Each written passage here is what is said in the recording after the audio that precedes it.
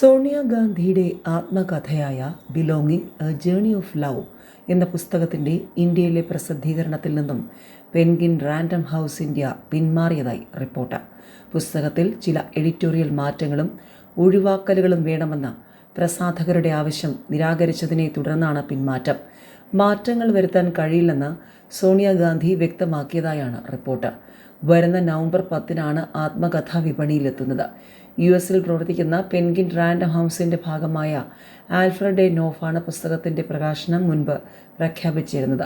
Penguin Random House India പിന്മാറുന്ന പശ്ചാത്തലത്തിൽ പ്രമുഖ പ്രസാധകരായ Harper Collins സോണിയാഗാന്ധിയുടെ ആത്മകഥ ഇന്ത്യൻ വിപണിയിൽ എത്തിക്കാനുള്ള സാധ്യതയുണ്ട്. ഇറ്റലിയിലെ ബാല്യകാലം മുതൽ രാജീവ് ഗാന്ധിയുമായുള്ള ജീവിതവും രാഷ്ട്രീയത്തിലേക്കുള്ള കടന്നുവരവും തുറന്നെഴുതിയിരിക്കുകയാണ് സോണിയാഗാന്ധി.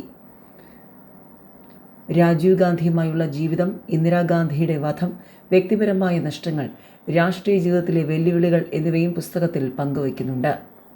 അതുകൊണ്ട് തന്നെ കോൺഗ്രസ് അധ്യക്ഷയും മുതിർന്ന നേതാവുമായ സോണിയാഗാന്ധിയുടെ ആത്മകഥയായ ബിലോങ്ങിങ് എ ജേർണി ഓഫ് ലവിനായി കാത്തിരിക്കുകയാണ് വായനക്കാർ.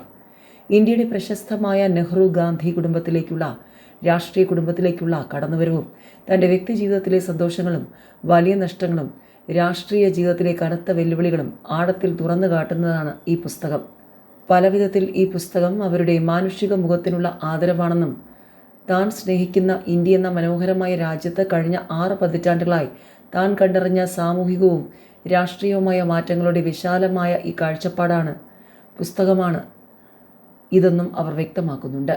തൻ്റെ കുടുംബത്തെക്കുറിച്ച് മുൻപും പലതും എഴുതപ്പെട്ടിട്ടുണ്ടെങ്കിലും അവരുടെ യഥാർത്ഥ പ്രവർത്തനങ്ങളും മനുഷ്യ സഹജമായ കുറവുകളും കൃത്യമായി അടയാളപ്പെടുത്താൻ ചുരുക്കം ചില രചനകൾക്കേ കഴിഞ്ഞിട്ടുള്ളൂ എന്ന് സോണിയാഗാന്ധി തന്നെ നേരത്തെ പ്രസാധകർ വഴി പുറത്തിറക്കിയ പ്രസ്താവനയിൽ വ്യക്തമാക്കിയിരുന്നു.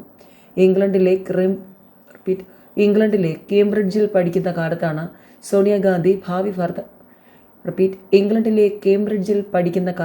സോണിയാഗാന്ധി ഭാവി ഭർത്താവായ രാജീവ് ഗാന്ധിയെ കണ്ടുമുട്ടുന്നത്. പിന്നീട് 1984-ൽ ഭർത്തൃമാതാവും അന്നത്തെ പ്രധാനമന്ത്രിയുമായ ഇന്ദിരാഗാന്ധി വധിക്കപ്പെടുകയും തുടർന്ന് 7 വർഷത്തിനു ശേഷം രാജീവ് ഗാന്ധിയും കൊല്ലപ്പെടുകയും ചെയ്തതോടെ അവരുടെ ജീവിതം പൂർണ്ണമായും മാറിമറിയുകയായിരുന്നു.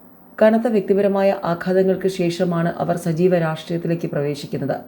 പിന്നീട് ഏറ്റവും കൂടുതൽ കാലം കോൺഗ്രസ് പാർട്ടിയുടെ അധ്യക്ഷയായി സേവനമനുഷ്ഠിച്ച അവർ ഒരു ഘട്ടത്തിൽ പ്രധാനമന്ത്രിയാകാനുള്ള പാർട്ടി വാഗ്ദാനം സ്നേഹപൂർവ്വം നിരസിക്കുകയും ചെയ്തു. തകർന്ന ഹൃദയവും കനത്ത നഷ്ടങ്ങളുമാണ് തന്നെ പൊതുരാഷ്ട്രീയ ലോകത്തേക്ക് വലിച്ചെറിഞ്ഞത്. അതുവരെ തൻ്റെ സ്വകാര്യതയെ താൻ അത്രയധികം ചേർത്ത് പിടിച്ചിരുന്നുവെന്നും സോണിയാഗാന്ധി ഓർക്കുന്നു. ഇറ്റലിയിലെ ചെറിയ ഗ്രാമത്തിലെ ലളിതമായ ബാല്യകാലം മുതൽ ഇന്ത്യയിലെത്തി രാജീവ് ഗാന്ധിയുടെ ഭാര്യയായും മുൻ പ്രധാനമന്ത്രി ഇന്ദിരാഗാന്ധിയുടെ മരുമകളായും കടുത്ത വെല്ലുവിളികൾ നിറഞ്ഞ ജീവിത സാഹചര്യങ്ങളിലൂടെ കടന്നുപോയ തൻ്റെ കഥയിൽ സ്നേഹത്തിൻ്റെയും കൂറിൻ്റെയും നേർത്ത ഇടയെടുപ്പുമുണ്ടെന്ന് അവർ സാക്ഷ്യപ്പെടുത്തുന്നു. സ്വന്തം ജീവിതാനുഭവങ്ങളെ ആദ്യമായി വായനക്കാരുമായി പങ്കുവെക്കുന്ന ഈ പുസ്തകം രാഷ്ട്രീയ കേരളത്തിനും ഇന്ത്യക്കും ഒരുപോലെ കൗതുകമുണർത്തുന്ന ഒന്ന്.